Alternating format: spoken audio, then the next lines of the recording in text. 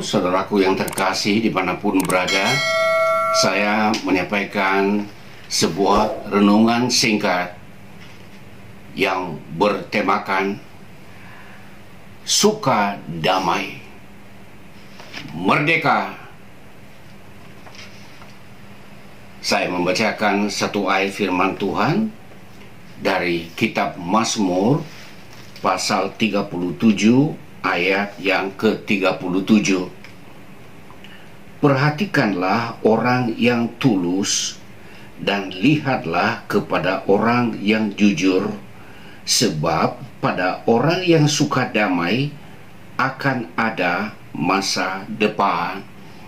Saudaraku, ada dua aspek penting bagi orang yang suka damai. Yang pertama, memiliki hati yang tulus. Tidak ada hati yang bengkok, tidak ada motivasi yang terselubung, yang jahat terhadap sesama atau kelompok yang lain. Dan ia jujur, memiliki sikap yang terbuka. Tidak ada hal-hal yang merupakan tipu muslihat.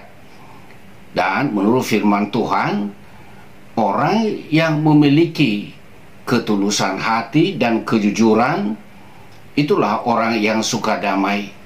Dan bagi mereka yang suka damai, ada masa depan. Tentu masa depan yang dimaksudkan adalah kebaikan, kebahagiaan, dan kedamaian. Saudaraku yang terkasih, hari Rabu tanggal 17 Agustus 2022, bangsa Indonesia memperingati hari ulang tahun kemerdekaan yang ke-77.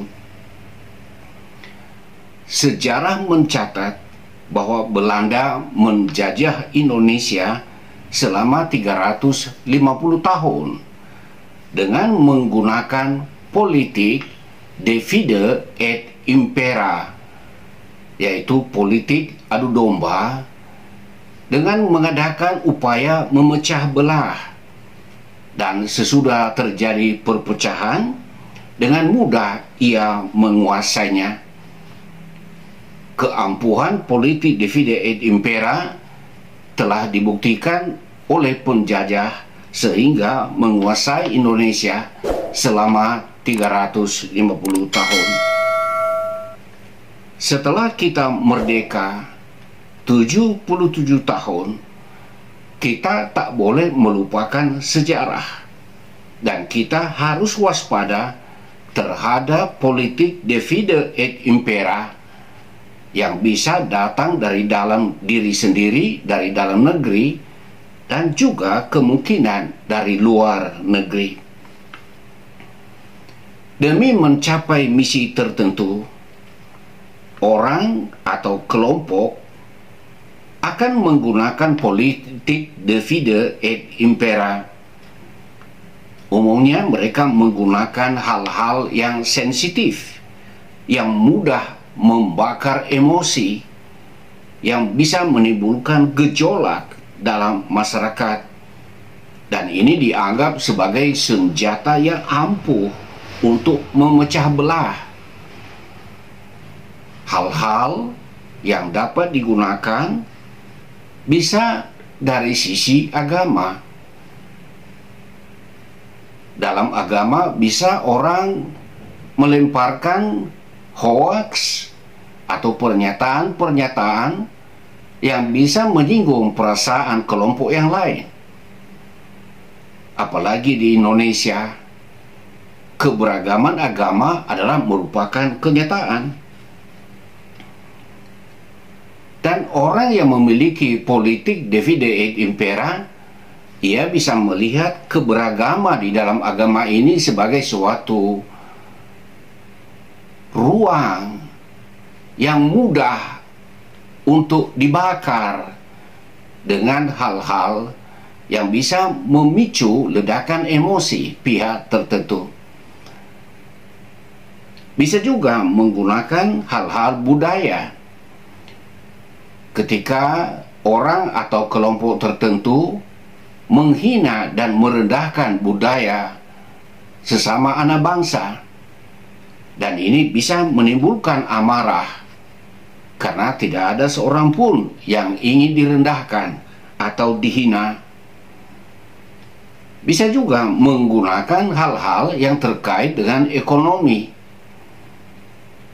Bila mana terjadi kelangkaan kebutuhan pokok, maka menimbulkan gejolak dalam masyarakat. Apalagi ketika sesudah COVID, daya beli masyarakat bisa terdampak, sehingga dalam hal memenuhi kebutuhan sehari-hari mengalami kesulitan. Dan jika harga kebutuhan pokok melonjak tinggi, maka itu sangat mudah menyulut amarah masyarakat. Juga tentang kesukuan, bisa saja hal ini digunakan sebagai tempat untuk melakukan adu domba, mengadu domba antara suku A dengan suku B, dan juga bisa menggunakan politik kekuasaan untuk menguasai, untuk merebut kekuasaan. Bisa mengajak kelompok-kelompok orang lain, menimbulkan perpecahan, sehingga ia bisa mudah merangkul sahabat-sahabatnya untuk bersatu mencapai tujuan politik. Saudaraku yang terkasih, orang yang suka damai dipastikan memiliki hati yang tulus, dan ia bersikap jujur. Sehingga jika kita tergolong orang-orang yang suka damai, sebenarnya kita telah menutup peluang bagi politik divide et impera, sehingga tidak mudah terbawa hasut. Segala sesuatu fenomena yang timbul, yang terjadi, kita sikapi dengan bijak, dengan tenang. Apakah maksud dan tujuan dari semuanya ini, sehingga kita tidak mudah terhasut. Mengapa? Karena hati kita memiliki sikap yang mulia, tulus, dan jujur. Secara khusus bagi saudaraku bangsa Indonesia, dimanapun berada, marilah kita mencintai perdamaian dan mengisi kemerdekaan ini dengan hal-hal yang positif, yang membangun, sehingga masyarakat adil dan makmur, sebagaimana yang merupakan cita-cita bangsa kita, akhirnya bisa terwujud. Dalam negara yang hidup penuh dengan damai, ada masa depan sesuai dengan dinamika pembangunan di berbagai bidang. Karena di dalam suasana yang damai, dalam masyarakat yang aman dan tertib,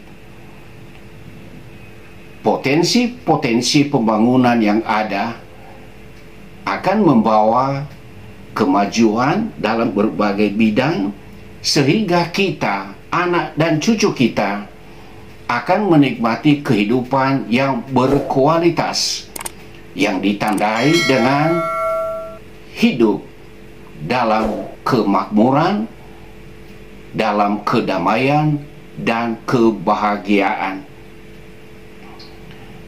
Semoga dalam memperingati hari kemerdekaan kita yang ke-77, bangsa Indonesia dimanapun berada, dari Sabang sampai Merauke, hendaknya kita menjadi orang-orang yang cinta damai. Merdeka! Tuhan memberkati.